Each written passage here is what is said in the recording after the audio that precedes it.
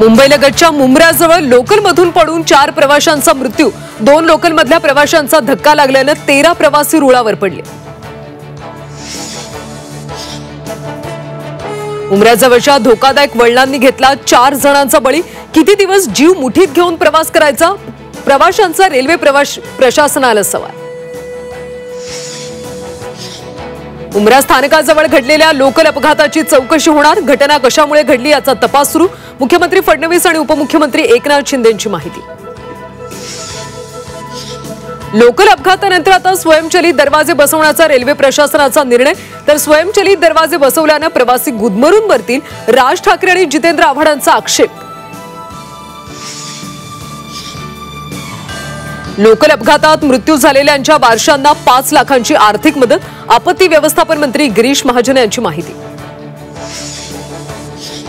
सुशील हगवणेचा ताबा कोथरूड पोलीस घेणार। शस्त्र परवान्यासाठी खोटी कागदपत्र दाखल केल्याप्रकरणी गुन्हा।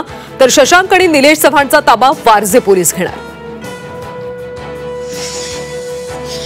राज्यात कोरोनाची रुग्णसंख्या नियंत्रणात। आरोग्यमंत्री प्रकाश आंबेडकरांची माहिती। डॉक्टरांच्या सल्ल्यानुसार उपचार घेण्याचं आवाहन।